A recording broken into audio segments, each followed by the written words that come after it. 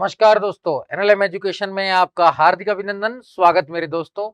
साथियों, आज हम चर्चा करेंगे भारतीय राजनीति में जाति की भूमिका। आप जानते हैं कि जाति भारतीय समाज का एक परंपरागत पक्ष है, जो पद सुपानी की व्यवस्था है, एक बंद व्यवस्था है। तो कहते हैं ये भी जो परंपरागत पक्ष भी है जाति, ये भी आज आधुनिक पक्ष भारतीय राजनीति और लोकतंत्र को प्रभावित कर रहा है। तो ये जो है कैसे प्रभावित कर रहा है, कि इसकी सकारात्मक भूमिका क्या है, नकारात्मक भूमिका क्या है, हम इसका विश्लेषण हम लोग मिलकर करते हैं। तो आइए साथियों, देखते हैं भारतीय राजनीति और जाति।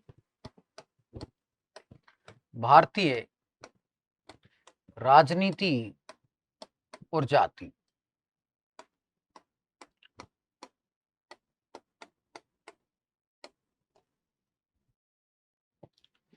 जाति भारतीय समाज का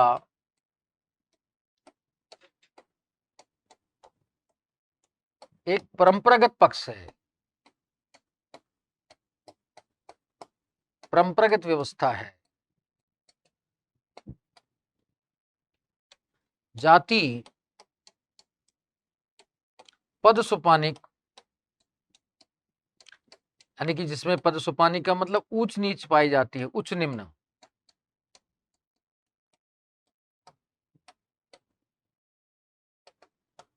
और प्रतिबंधित, कुछ खान पान संबंधी इसमें प्रतिबंध भी हैं।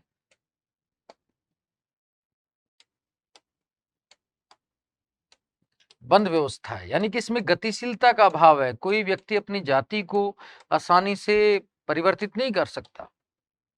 तो वास्तव में परंपरागत पक्ष है, पद सोपानी की व्यवस्था है, जिसमें खान पान रहन सहन संबंधी प्रतिबंध भी पाए जाते हैं। हमारे 4 वर्णों के अनुरूप 4 जातियों, उनके अंदर अनेकों जातियां पाई जाती हैं, तो उनकी व्यवस्था की गई है। वास्तव में देखा जाए, वर्ण और जाति में मैं आपको अंतर कर देता हूं कि वर्ण एक अखिल भारतीय संरचना है,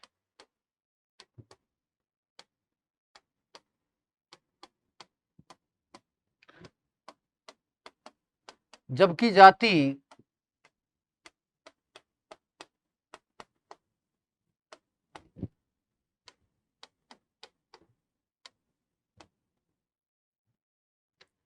एक क्षेत्रीय संकल्पना है।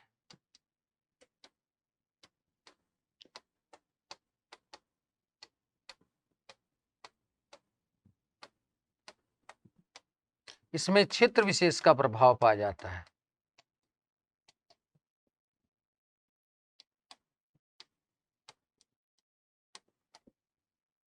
तक प्रभाव पाया जाता है।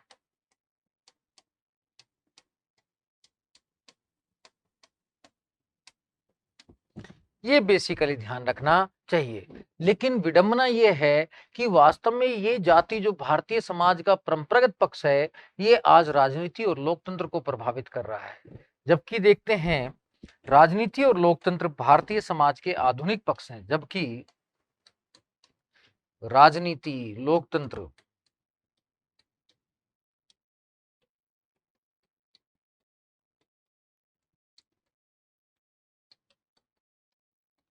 भारतीय समाज के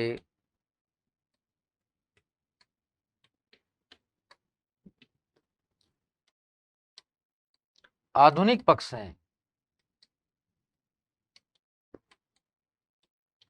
जो समानता, न्याय, बंधुता जैसी अवधारणाओं पर आधारित है।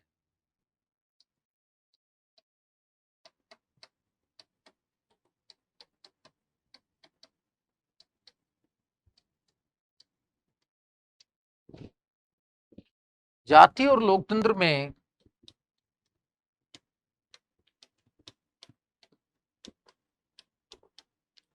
आधारभूत अंतर भी पाए जाते हैं।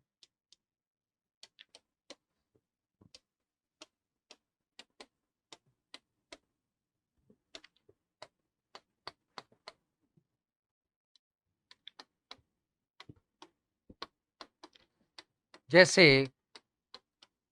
लोकतंत्र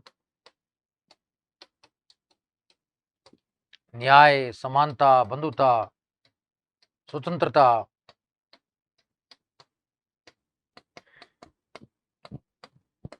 बंधुता पर आधारित है, जबकि जबकि जाति में जबकि जाति इनका विरोध ही करती है।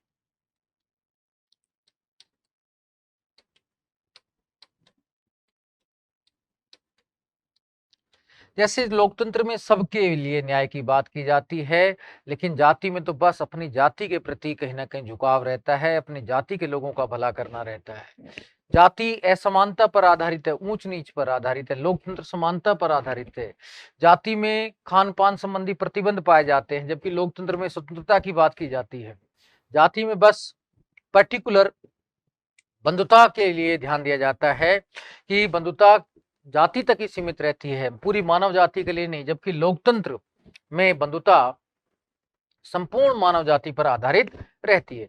तो इस प्रकार से देखते हैं कि जाति और लोकतंत्र दोनों की जो संकल्पना है, उन दोनों में आधारभूत अंतर देखने को मिलता है। लेकिन विडंबना यह है कि ये परंपरागत पक्ष जाति भारतीय लोकतंत्र को प्रभावित कर रही है। विडंबना है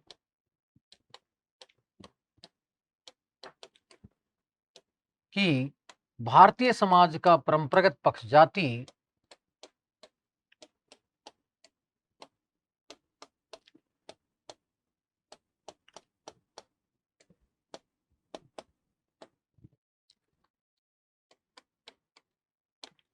भारतीय लोकतंत्र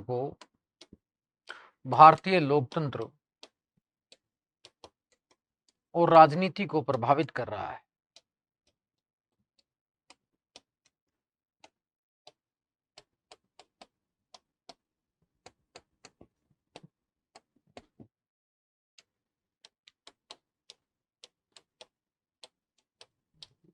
जाति की जो भूमिका है, जाति भारतीय राजनीति को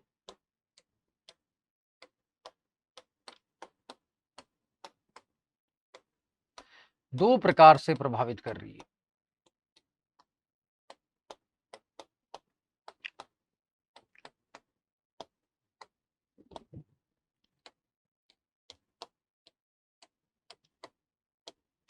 पहला देखते हैं जाति की नकारात्मक भूमिका।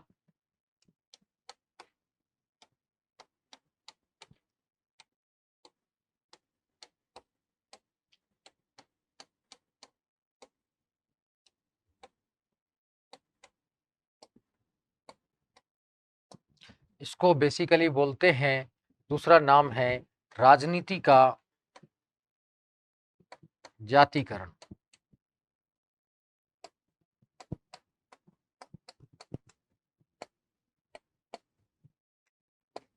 अब ये नाम ध्यान रखना है इसका, राजनीति का जातिकरण। इसको अंग्रेजी में कहते हैं कास्टलाइजेशन ऑफ पॉलिटिक्स। क्या बोलते हैं? अंग्रेजी में भी ध्यान रखना है, कास्टलाइजेशन ऑफ पॉलिटिक्स।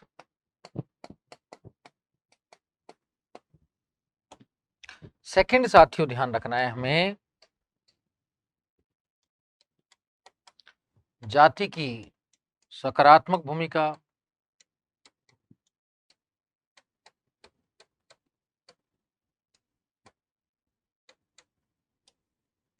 इसको बोलते हैं जाति का राजनीतिकरण।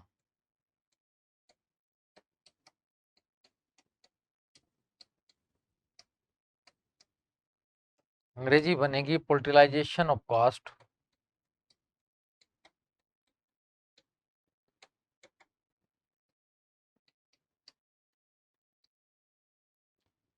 ये अब ये दो चीजें आपको ध्यान रखनी है कि सकारात्मक भूमिका को राजनीति का जातिकरण बोलते हैं, नकारात्मक भूमिका को जाति का राजनीतिकरण करते हैं।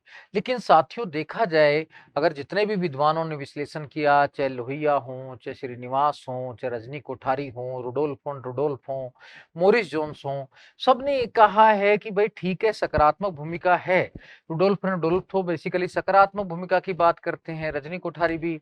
लेकिन देखा जाए तो निर्मल जोत बोस जैसे विद्वान ये कहते हैं, लोहिया जैसे विद्वान ये कहते हैं कि जाति का नकारात्मक रोल ज्यादा रहा है। तो वास्तव में देखा जाए भारत में जाति का राजनीतिकरण नहीं हुआ है, राजनीति का जातिकरण अधिक हुआ है। तो भारत में ज्यादा क्या हुआ है, तो मैं यही आपको समझाने की कोशिश करता हूं। भारत में अधिक ये हुआ है, अधिक क्या हुआ है, नकारात्मक भूमिका अधिक ज्यादा है, सकारात्मक क्या है, कम है। ये आपको ध्यान पहले से रखना है। इसलिए कहते भी हैं, कथन कारण क्वेश्चन में कहते भी हैं, भारत में जाति का राजनीतिकरण नहीं हुआ है, अपितु राजनीति का जातिकरण हुआ है। बिल्कुल सही है, क्योंकि हमारे यहाँ राजनीति जाति पर आधारित हुई है, जाति ने अपने लोकतांत्रिक लक्षण नहीं अपनाए हैं। तो पहले देखते हैं, हम इसकी नकारात्मक भूमिका पर चर्चा करते हैं दोस्तों। तो आइए कि नकारात्मक भूमिका कहाँ दिखाई देती है जाति की, वो देखते हैं। पहला देखते हैं जाति की नकारात्मक भूमिका।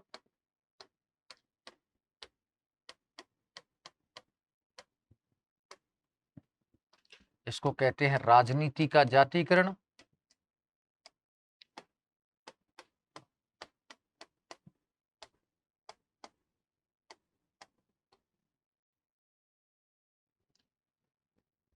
राजनीति का जातिकरण वास्तव में इस भारतीय पक्ष जाति ने भारतीय लोकतंत्र को प्रभावित किया है, और वास्तव में इसके कारण से भारतीय लोकतंत्र में अनेक नकारात्मक प्रभाव देखने को मिलते हैं। अब कौन कौन से नकारात्मक प्रभाव देखने को मिलते हैं, हम उन सब की चर्चा करने की कोशिश करते हैं। तो आइए मेरे दोस्तों करते हैं। जाति भारतीय लोकतंत्र और राजनीति को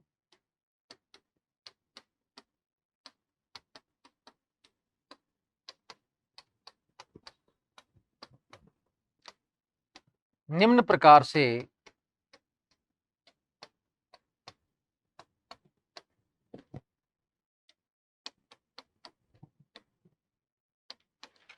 नकारात्मक रूप से प्रभावित कर रही है।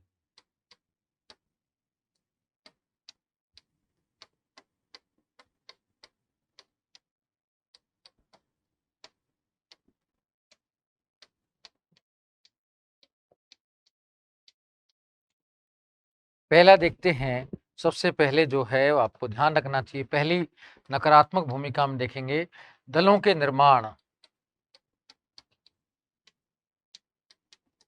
व पहचान का आधार जाति।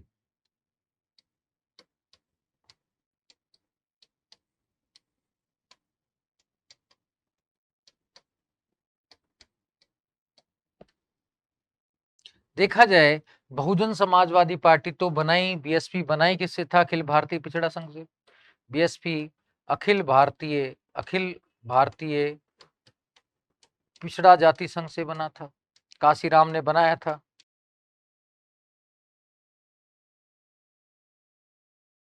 काशीराम जी ने बनाया था इसको, बेसिकली ये तो बना ही है। इसके बाद दलों के निर्माण तो हुए हैं, साथ में पहचान तो पूर्णतः जाति के आधार पर है।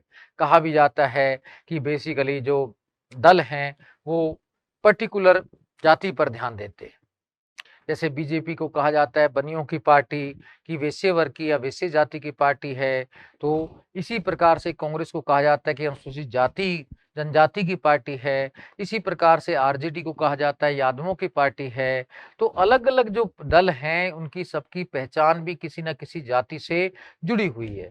तो इस कारण से ऐसे दल क्या करते हैं, इस पर्टिकुलर अपनी समर्थक जाति के पक्ष में ही अधिक कार्य करते हैं और इस जाति के पक्ष में निर्णय का प्रयास करते हैं, जिसके कारण से क्या है कि सामूहिक जो बातें हैं, समानता की जो बातें हैं, उनका पतन होने लग जाता है और लोकतंत्र के सामने समस्या उत्पन्न हो जाती है। तो ऐसे दल दल राजनीतिक दल अपनी समर्थक जातियों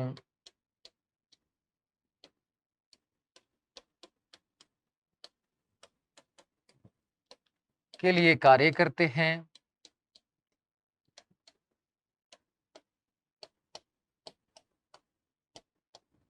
ना कि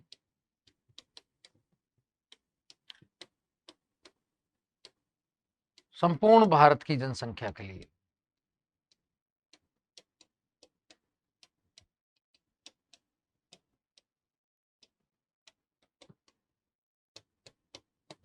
जैसा कि हम देख सकते हैं मंडल कमीशन में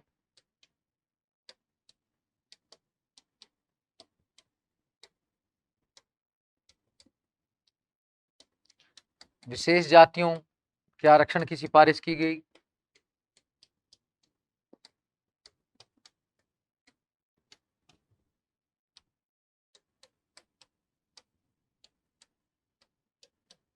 जब इन दलों की सरकार बनती है तो अधिकारियों को भी नियुक्ति जाति के आधार पर अपनी जाति के लोगों को ज्यादा रखेंगे।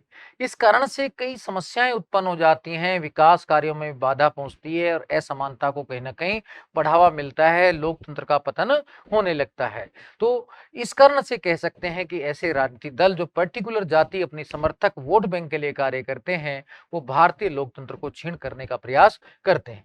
दूसरा क्या है, देखते हैं उम्मीदवारों का चयन। चुनाव में उम्मीदवारों का चयन।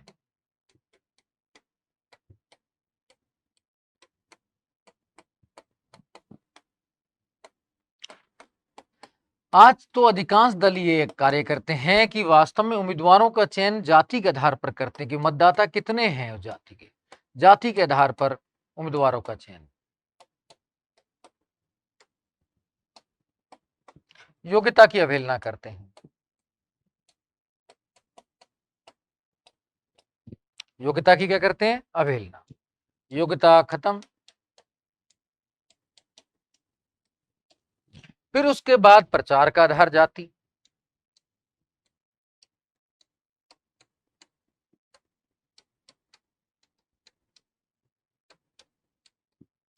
चुनाव में प्रचार भी करेंगे तो जाति के आधार पर करेंगे, उससे विकास कार्य से कोई मतलब ही नहीं है।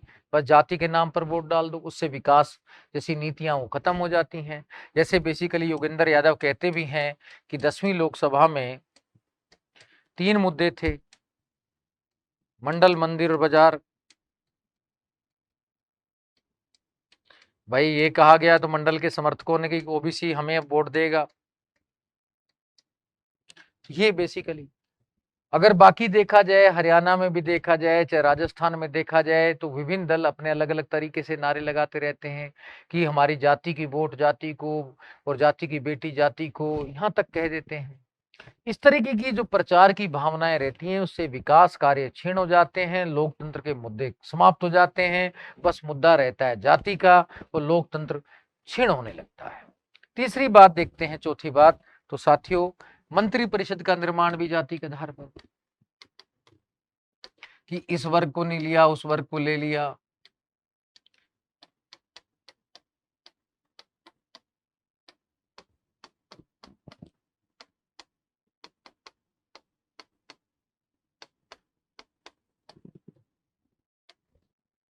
मंत्री परिषद का निर्माण जाति के आधार पर, इससे भी क्या है, योग्यता की अवहेलना होती है।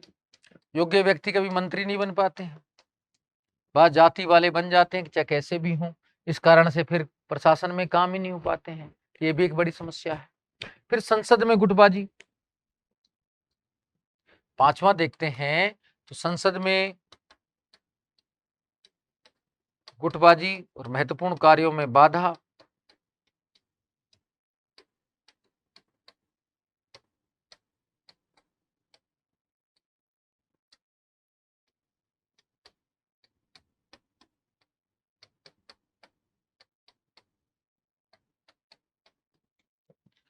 जातिवाद के कारण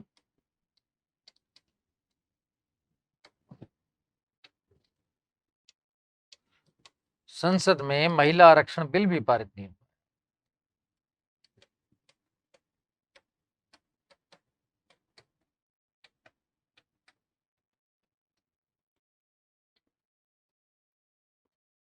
बोलने लगे कि महिलाओं को आरक्षण देने से पहले हमारी जाति को आरक्षण दो। यहाँ तक कि कईयों ने तो विरोध ही किया, कुछ नेताओं ने तो यहाँ तक कह दिया कि वास्तव में अगर महिलाओं चुनाव लड़ेंगी तो हम क्या करेंगे, कोई कहते हैं मैं जहर की गोली खा जाऊंगा। यहाँ तक बड़े बड़े नेताओं ने संसद में स्पीच सुनने को मिलता है। तो ये जातिवाद के जहर के कारण अनेक विकास कार्य बाधित होते रहे हैं।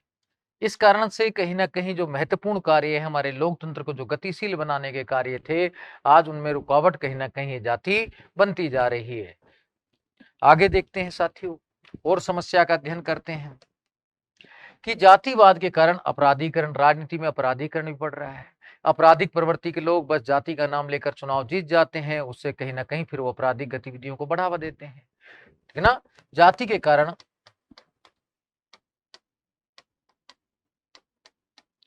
राजनीति में अपराधीकरण को बढ़ावा मिल रहा है।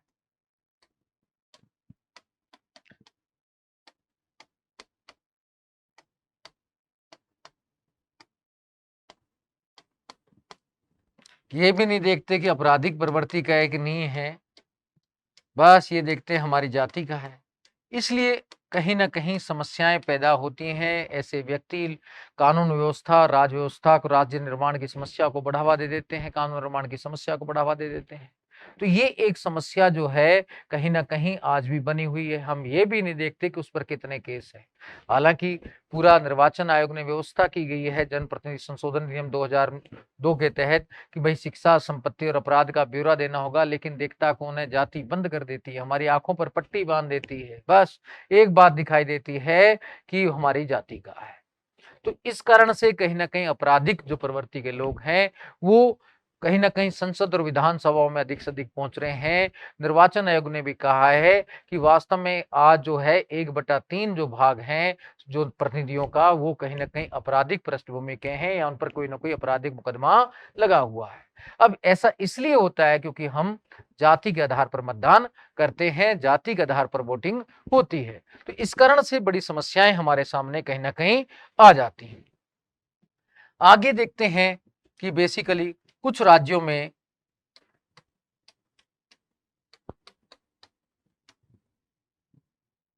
विशेष प्रभाव,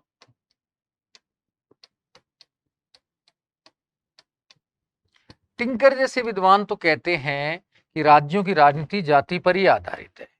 टिंकर क्या कहते हैं? राज्यों की राजनीति जाति पर ही आधारित है।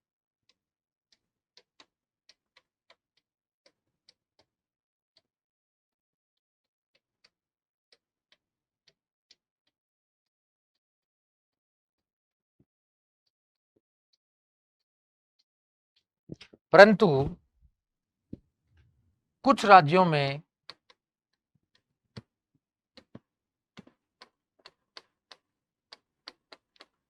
जाति का विशेष प्रभाव दिखाई देता है।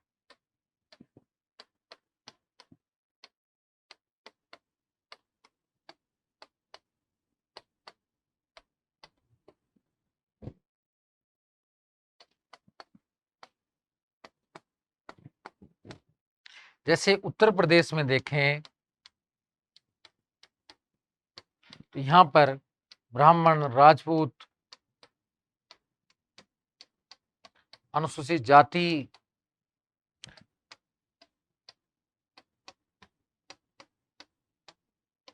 ये ज्यादा दिखाई देगा। बिहार में देखें कुर्मी, यादव, ये झगड़ा देखने को मिलेगा।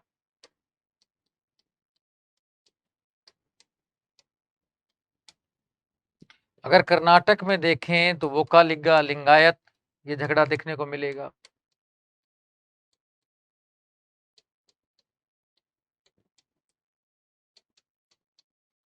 आगे आंध्र प्रदेश में जाएं तो वहां पर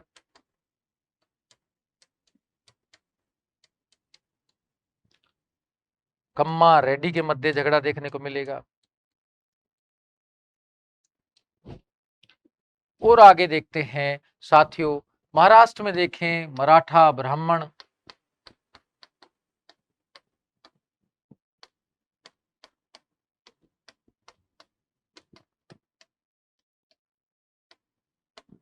का झगड़ा देखने को मिलेगा। अगर गुजरात में देखें पटेल, पाटीदार,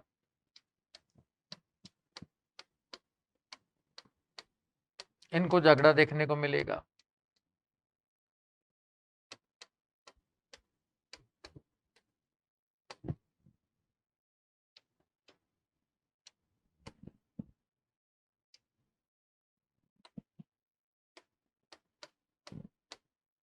तो वास्तव में देखा जाए राज्यों की राजनीति, कुछ राज्यों की क्या अधिकांश राज्यों की राजनीति है और जातीय संघर्ष के इधर उधर घूम रही है। कहीं द्विपक्षीय संघर्ष है, कहीं त्रिकोणीय है, कहीं चतुष्कोणीय, ये अंतर जरूर दिखाई देता है।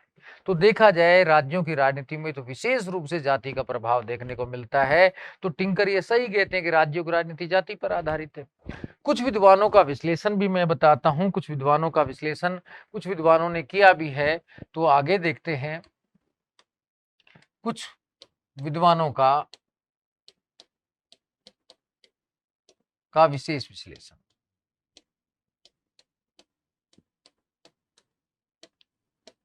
अब ये विद्वानों में पहले तो लोहिया जी के बारे में चर्चा करते हैं, राम मनोहर लोहिया। ये डॉक्टर राम मनोहर लोहिया क्या कहते हैं?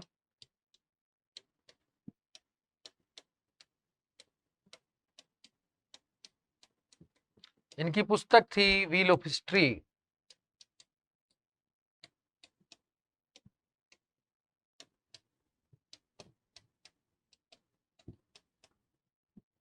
इसमें कहते हैं जैसे पश्चिम में वर्ग असमांतर शोषण को बढ़ावा देता है, वैसे ही भारतीय समाज में जाति असमांतर शोषण को बढ़ावा देती है। इनका कहना है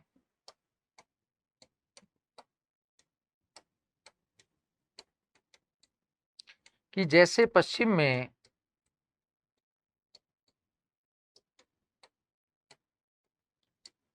वर्ग असमानता व शोषण को बढ़ावा देता है,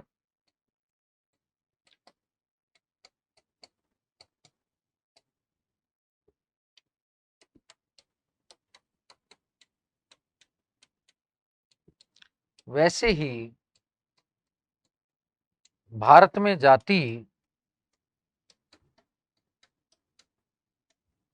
असमानता व शोषण को बढ़ावा देती है।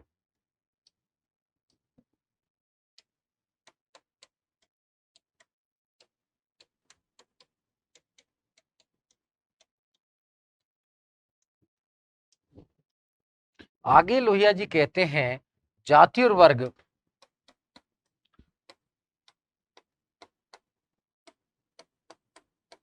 एक दूसरे से जुड़े हुए हैं।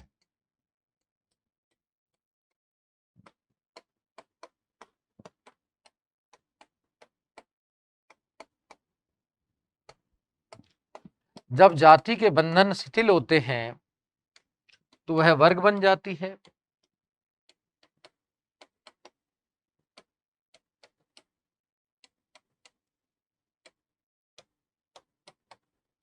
तो वह वर्ग में परिवर्तित हो जाती है।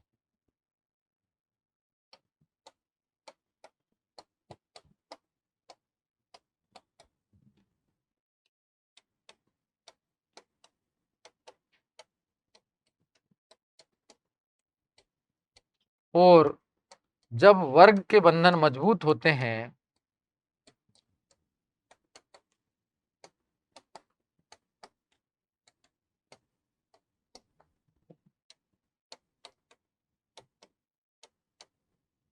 तो वह जाति में परिवर्तित हो जाता है।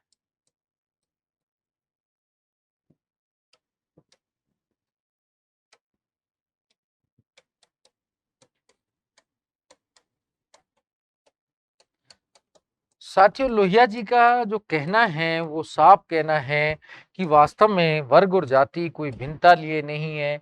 ये वास्तव में जाति है, ये वर्ग है। तो इनमें होता क्या है, जब यहाँ कठोरता आ जाए तो ये जाति बन जाएगी, और जब यहाँ शिथिलता आ जाए तो ये वर्ग बन जाएगा। बस ये चक्र चलता रहता है। यही इनकी चक्रीय अवधारणा है, व्हील ऑफ चक्र की अवधारणा है कि बस यही चक्र चलता रहता है। इन दोनों को समाप्त करना होगा, तभी इस चक्र से मुक्ति मिलेगी, तभी लोकतंत्र विकसित होगा।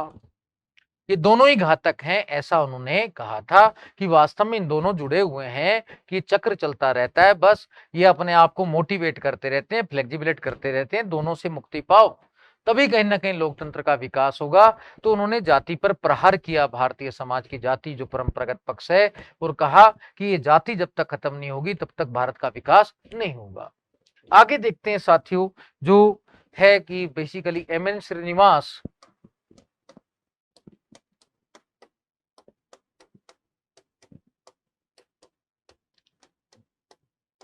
प्रभु जाति की संकल्पना देते हैं, डोमिनेंट कास्ट की।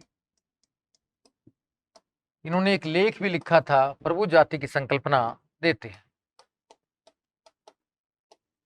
ये प्रसिद्ध समाजशास्त्री, मानव शास्त्री थे और इन्होंने एक लेख लिखा था, डोमिनेंट कास्ट इन रामपुरा।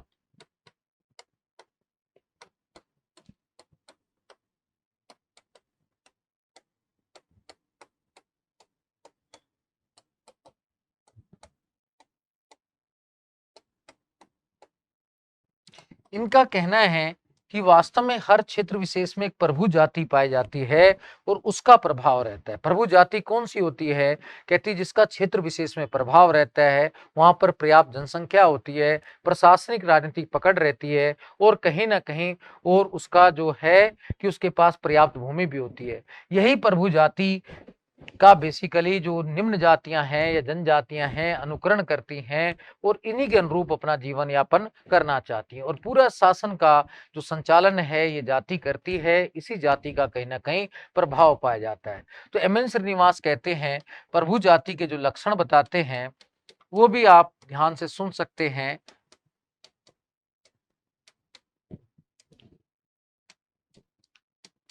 क्षेत्र विशेष में प्रभाव,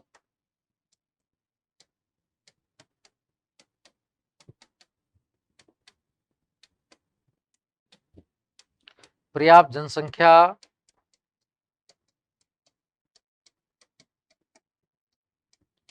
पर्याप्त भूमि,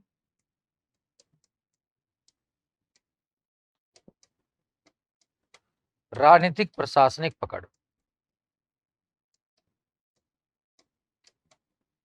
तो ये अपने अनुसार चलाने की कोशिश करेगी, अपने हितों की पूर्ति करेगी। तो वास्तव में देखा जाए तो ये प्रभु जाति अपने हितों की पूर्ति करती है, कहीं ना कहीं असमानता लाती है। तो इस तरीके की जो नीतियां हैं कहीं ना कहीं भारतीय लोकतंत्र को नकारात्मक रूप से प्रभावित कर रही हैं। तो इससे पता चलता है कि जाति का जो रोल है नकारात्मक काफी अधिक है। राजनीति का जातिकरण भारत में काफी हद तक हो रहा है। अब कुछ विद्वान जाति की सकारात्मक भूमिका पर भी चर्चा करते हैं कि वो क्या कहते हैं, वो भी हम देखते हैं। सेकंड देखते हैं, जाति की सकारात्मक भूमिका।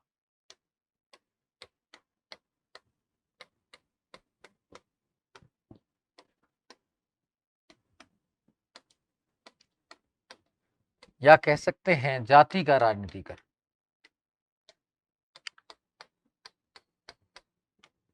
यानी कि जाति के अंदर लोकतंत्र के लक्षण आना, अब ये बड़ा मुश्किल है लेकिन मानते हैं। पॉलिटिलाइजेशन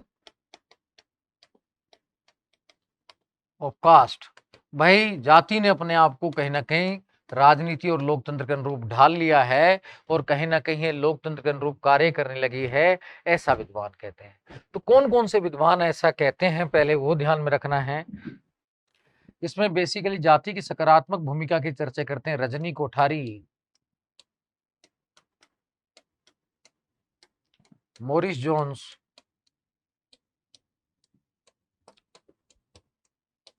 रुडोल्फ एंड रुडोल्फ,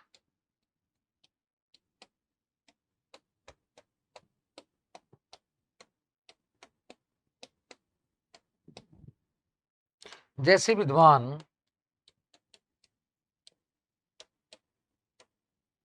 जाति की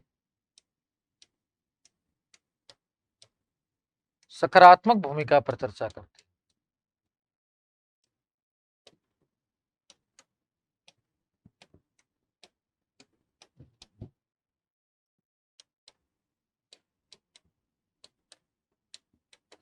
और जाति की निम्न सकारात्मक भूमिका बताते हैं।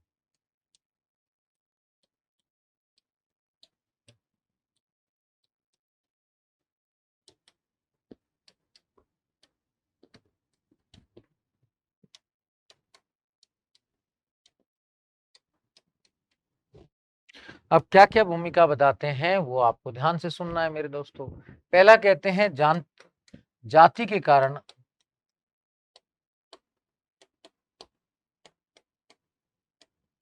मतदान प्रतिशत में वृद्धि हुई है।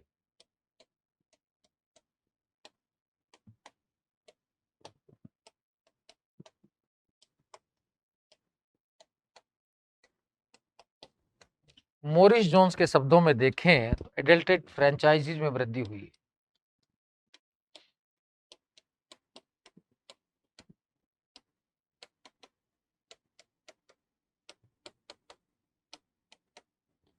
इंक्रीज इन एडल्ट फ्रेंचाइज,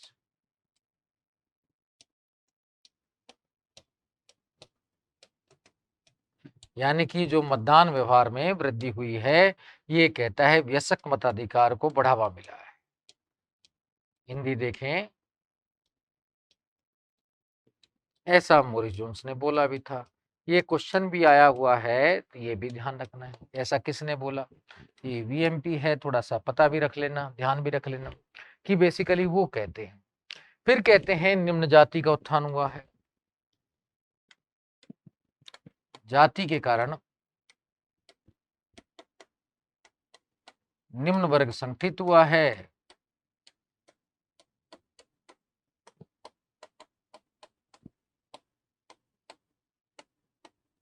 और उसकी लोकतंत्र में सहभागिता बढ़ी है। लोकतंत्र और शासन में सहभागिता बढ़ी है।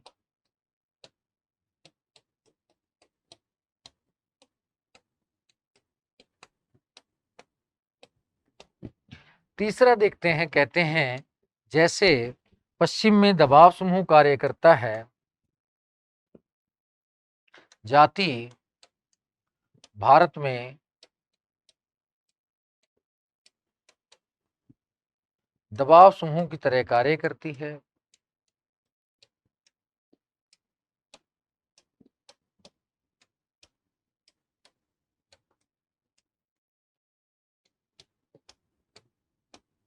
और सरकार की निरंकुशता पर रोक लगाती है।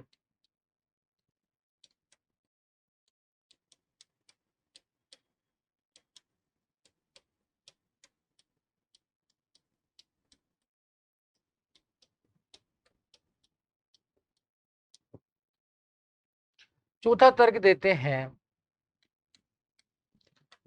जाति ने आज सकारात्मक कार्य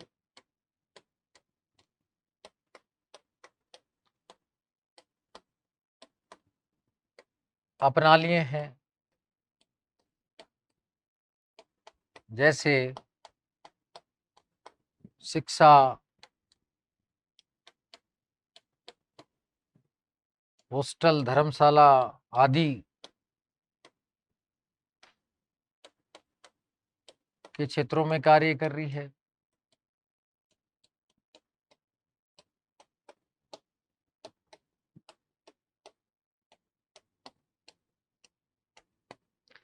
लेकिन साथियों, निष्कर्ष में देखें तो जाति का नकारात्मक प्रभाव ही अधिक है, सकारात्मक प्रभाव कम है। तो इसलिए ये कह सकते हैं कि जाति नकारात्मक रूप से ज्यादा प्रभावित कर रही है। इसलिए कहते भी हैं कि भारत में राजनीति का जातिकरण तो हुआ है, लेकिन जाति का राजनीतिकरण नहीं हुआ है। तो निष्कर्ष में क्या लिखें, तो वो भी मैं आपको लिख देता हूं साथियों। निष्कर्षतः भारत में, भारतीय लोकतंत्र और राजनीति में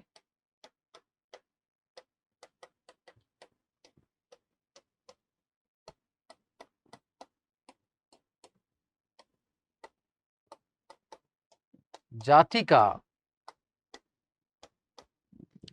नकारात्मक प्रभाव अधिक पड़ रहा है।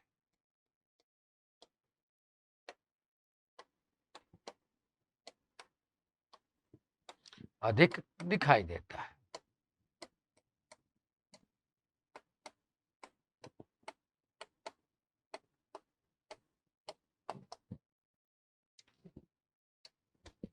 अतः हम कह सकते हैं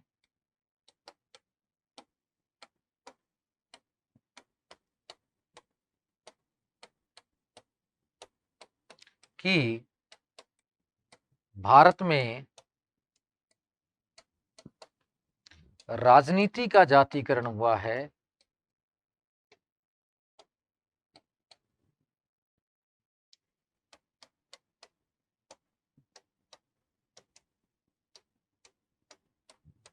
न कि जाति का राजनीतिकरण।